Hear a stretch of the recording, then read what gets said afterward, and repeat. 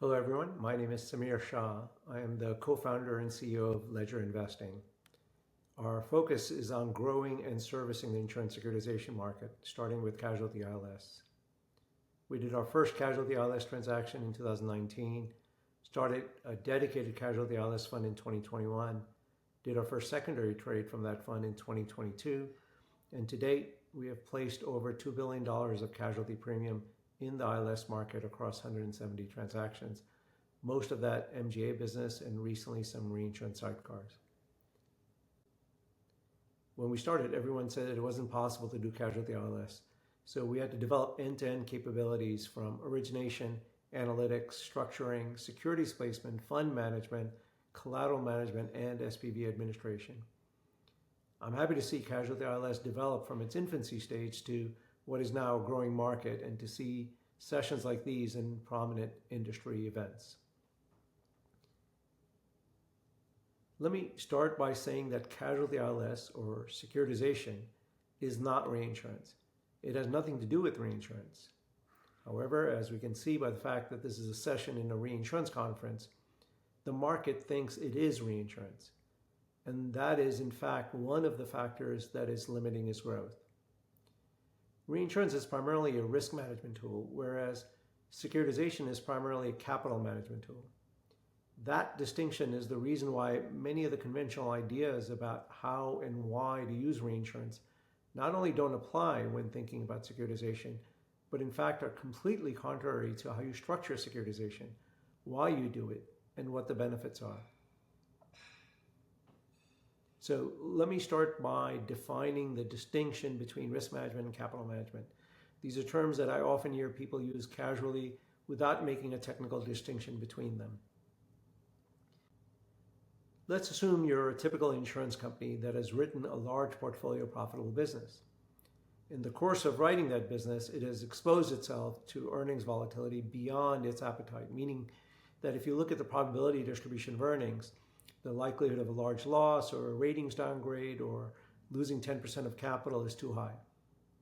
So you want to reshape that risk profile. And the way you do this is by surgically identifying the part of its business that is causing the earnings volatility, carving that out, and transferring to the reinsurance market in a highly structured transaction. The reinsurance market is set up to take this earnings volatility, but of course, at a higher cost of capital. Insurance companies typically target 10 to 12% returns, while reinsurers require 12 to 15% returns. Still, transferring this risk and paying a higher cost of capital is a smart decision because keeping significant downside risk can be dangerous for an insurance company. In corporate finance terms, you'd say there's a high bankruptcy cost or cost of financial distress. A ratings downgrade to lead to further downgrades, a slippery slope, and before you know it, the management team is fired and the business is shopping around for a buyer. So the net effect of this kind of risk transfer through reinsurance is lower risk and lower return. And if the insurance company has done this well, it has simply moved down the efficient frontier of risk and return. The reinsurer, on the other hand, takes on this risk at a higher return and is therefore moving up the efficient frontier. So you can think of the insurance industry as splitting into insurance and reinsurance along the efficient frontier. Insurance is lower risk, lower return. Reinsurance is higher risk, higher return. And this is consistent with what we see empirically in the industry. Capital management starts after risk management is done.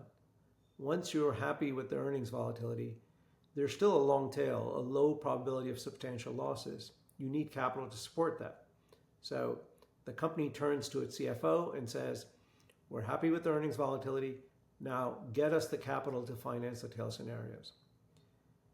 The CFO, in a classic corporate finance move, issues equity to raise capital and possibly issues some debt. The CFO's job is to optimize the mix between equity and debt to get the lowest weighted average cost of capital. And until now, CFOs have only really had these two tools: some form of equity, some form of debt, both of which have high transaction cost. These securities are exposed to all the risk: insurance risk, operational risk, strategic risk. there is meaningful risk inside an insurance company beyond loss ratio uncertainty due to high fixed cost, high expenses, and the possibility of becoming unprofitable in an economic downturn. The permanent capital represents a high fixed cost that is exposed to volume risk. There's also a limit on how much debt can be issued, since it isn't permanent capital financing permanent liability. And the permanent capital, the equity, has a high beta, even though the underlying loss ratio volatility has a low beta because of all those other risks. Now, let's assume the CFO has a new tool available, an insurance-linked security, ILS. Here's how it works. The company issues ILS. It tells investors, give me, let's say, 20% of the capital and I'll pay you an appropriate return. But you'll only be exposed to my insurance losses, not all the other risks that my equity and debt holders face. So it has a low beta. This security can be tranched with no constraints on the debt equity mix because this ILS debt still pays before the equity for insurance losses. So it's a more efficient stacking of traditional capital. It's easier to issue ILS, and it can be flexed easily with changing capital needs over the underwriting cycle. So what's really happening? The CFO is taking the value created by the insurance company and splitting it into two parts. The value from origination, which is underwriting, claims management, operations, all the expense, and the value from financing, the holding the risk. The ILS investor pays the common investor for origination and requires a return for financing some of the insurance risk. This is a trade between two classes of investors, ILS investor and the equity investor. Both are investing in the same insurance company. The equity investor receives a fee for originating business for the ILS investor. They don't have to hold capital for that, so their return goes up. And because more of that return is from fees, the riskiness of its return goes down. So the return goes up and the risk goes down. And it's the CFO who's optimizing this trade. Just as when they're optimizing between equity and debt, now the CFO has three tools to optimize over: some equity, some debt, and some ILS, taking into account cost of capital, tax effects, tenor and renewability of that capital, transaction cost, etc. Remember, risk management moves down the efficient frontier based on appetite for risk versus return. When a CFO optimizes the capital structure using securitization, you get a higher return and lower risk for the equity investor. Capital management shifts the entire frontier. This is what securitization is all about. It's not about risk management, it's corporate finance. Now let's get into the mechanics a bit more for casualty securitization or casualty ILS. When I first started working on casualty ILS more than 10 years ago, everyone said you can't securitize casualty risk. Why? Because they were thinking in risk management terms. They'd say it might take 10 years to know the losses on a casualty portfolio. That means we'd need an investor to put up collateral for 10 years. That's too expensive. They're thinking, I might write a portfolio expecting a 65% loss ratio, but it could end up being 120%. So I need to hold capital for 120% loss ratio over 10 years. That's not economical. This has been the major obstacle in understanding casualty ILS. So to answer that, let's go deeper into the internal capital required and held by an insurance company for one product line for 1 year of business. Let's assume it's a casualty product line with a 65% expected loss ratio.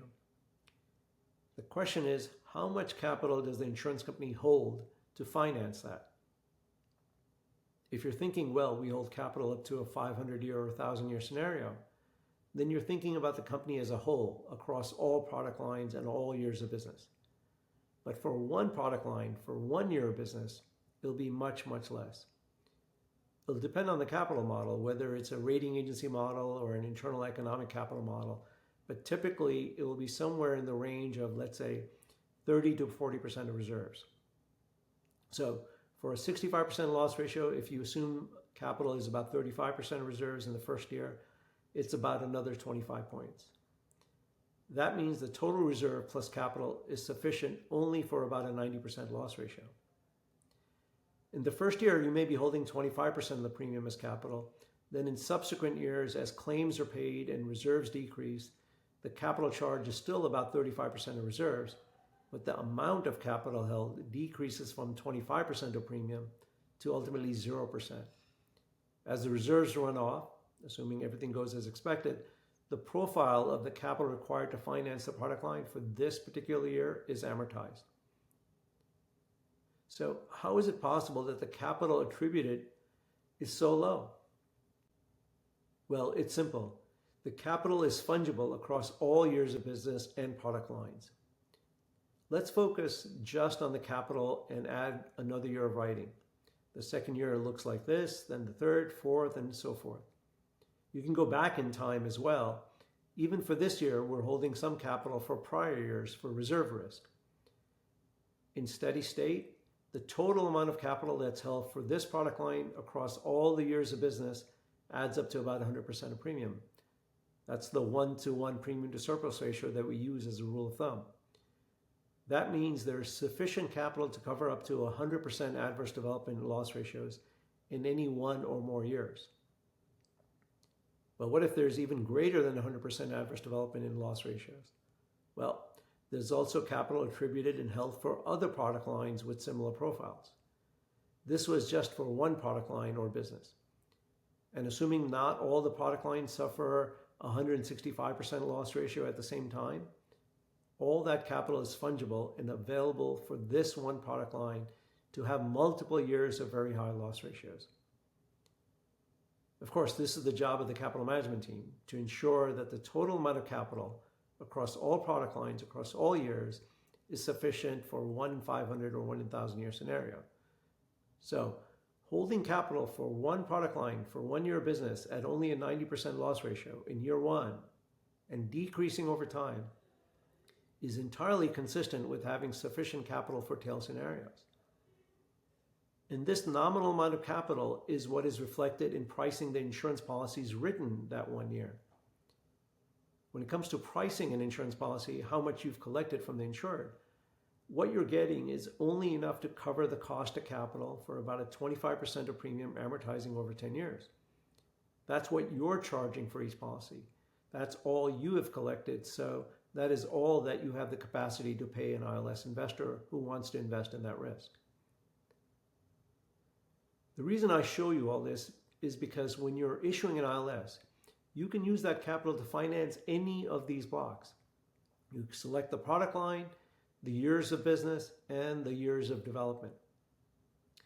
For example, let's say that you decide to use ILS to finance a portion of your capital for this one product line for the business written in years 2024, 25, and 26. And you decide you want to source this capital for the life of liabilities for those years. Then these are the specific blocks of capital that will be securitized. That 25% of premium amortizing over time. You only want to source the same amount of capital that you would have held on your own balance sheet. There's no reason to source more capital from the ILS investor, and also you haven't collected the premium to pay for more capital than what you would have held internally. Or another way to say it, you only want to collateralize up to 135% of reserves, not up to 120% or 165% loss ratio held for 10 years. And when there is adverse development, say 120% loss ratio, you would end up borrowing capital from other years and from other product lines. Those are the gray blocks of capital that are financed by your equity and debt, just as you would have if it were still on your balance sheet. So the total amount of capital in the system for equity, debt, and ILS should stay exactly the same as before we issued ILS. This is the key dynamic that is not well understood, especially among insurers. They're thinking about tail risk and risk transfer when this isn't about risk transfer at all. It's about sourcing capital or substituting capital, ILS, for equity and debt. This is all corporate finance about issuing securities. We have not talked about risk transfer and reinsurance at all. Okay, so why do people think ILS is reinsurance? Well, let's go back to the nature of ILS. Let's say we're raising $200 million by issuing ILS and selling it to an ILS investor. The investor says, great, here's my $200 million, but how do I know you won't use it for something other than casualty insurance losses in 2024 through 26? They want some assurance for that. The insurance company can't just put these funds, this $200 million in their general bank account. That would mean that the investor is exposed to credit risk of the insurer. Remember, they only want to assume insurance risk, not credit risk. If they wanted credit risk, they would have invested in the debt. So to give investor comfort, the insurance company creates a new company with no people and beyond the control of the insurer, a special purpose vehicle. The SPV's sole job is to issue the security and raise that $200 million that is beyond the reach of the insurer, other than to pay insurance losses. The ILS investor is now happy because its capital is now bankruptcy remote. It's not exposed to the general credit of the insurer. But how do we move the product that the capital is financing from the insurance company to the SPV? Well, if it was a bank, the product is a loan, which is an asset because the bank is owed money by their customers. So the bank simply sells the assets, a portfolio of loans, to the SPV.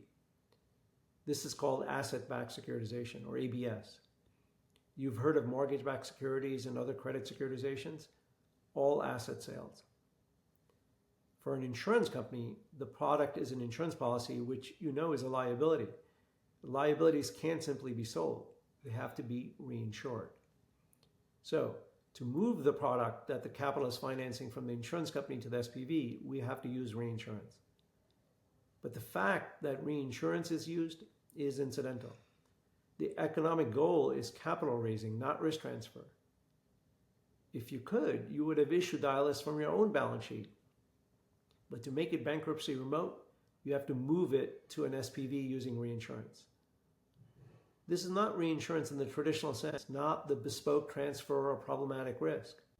This is capital raising, a corporate finance activity, and the use of reinsurance in the structure doesn't make it reinsurance in the strategic or economic sense. So let's summarize. Risk management is about shaping the downside risk of earnings distribution. Capital management is about sourcing flexible capital at the lowest cost. The primary risk management tool is reinsurance. The primary capital management tool is issuing various types of securities, equity, debt, and now ILS. In reinsurance, it's a trade between shareholders of two totally different companies. It's adversarial. One gains only when the other loses. There's information asymmetry in reinsurance. Reinsurers worry about not having full transparency, so they use conservative assumptions, raise loss estimates, and increase the required return. This is also why the contract terms are highly customized, coverage, exclusions, sublimits, etc. That's not the case in securitization. Securitization is a trade between two investors in the same company, equity holders and ILS investors. The CFO manages the trade, just like they do between equity and debt holders.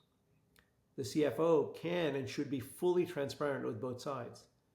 They're both capital providers of the same entity. It's not adversarial, it's optimization. The relationship with debt holders and ILS investors is a very different relationship than with reinsurers. Now, I know everyone thinks of their reinsurers as strategic partners with long-term relationships, but it's a trading relationship, not the same as a financing relationship with different classes of investors in your company. I have many clients who I think of as strategic partners with long-term relationships, but that's not at all the same as how I think of each round of investors who invested in my company. Reinsurance naturally also looks for the biggest problem areas in the business. Securitization should do the opposite. You want to securitize your most profitable business, a business that is easiest to understand, because that will get you the lowest cost of capital. That's often a sticking point when I talk to CEOs and CFOs. They ask, why should I securitize my most profitable business? The answer is, it gets you the highest return for equity shareholders because it gets the biggest override. That is the lowest cost of capital from ILS investors. Reinsurance also needs equally skilled and knowledgeable counterparties. They need to know as much about underwriting, maybe even more, since they're taking the riskiest parts. ILS investors, which is essentially the broad market for capital, are not experts in insurance underwriting, just like debt investors are not experts in underwriting. They're only able to evaluate the holistic performance of the company, not exotic, nuanced, specialized insurance risk. Again, the value created from risk management is by optimizing the risk-return trade-off. The value created from securitization is improving both risk and return. You should do both, but not make the mistake that they are the same thing. Many of the things that are taken for granted in reinsurance not only don't apply to securitization, but are counterintuitive. Securitization is fundamentally different from reinsurance, and it has the potential to recapitalize the global insurance industry. Unlike the cat bond market, the potential for securitization is huge. If 20% of the global insurance capital, which is about $2 trillion for P&C, but when you add in health and life, there's about $7 or $8 trillion of global insurance capital, then the securitization market would be $1 trillion. The credit securitization market has been a multi-trillion-dollar market for a long time. I hope this convinces you to look at Casualty ILS as a tool of corporate finance, not as reinsurance. Thank you.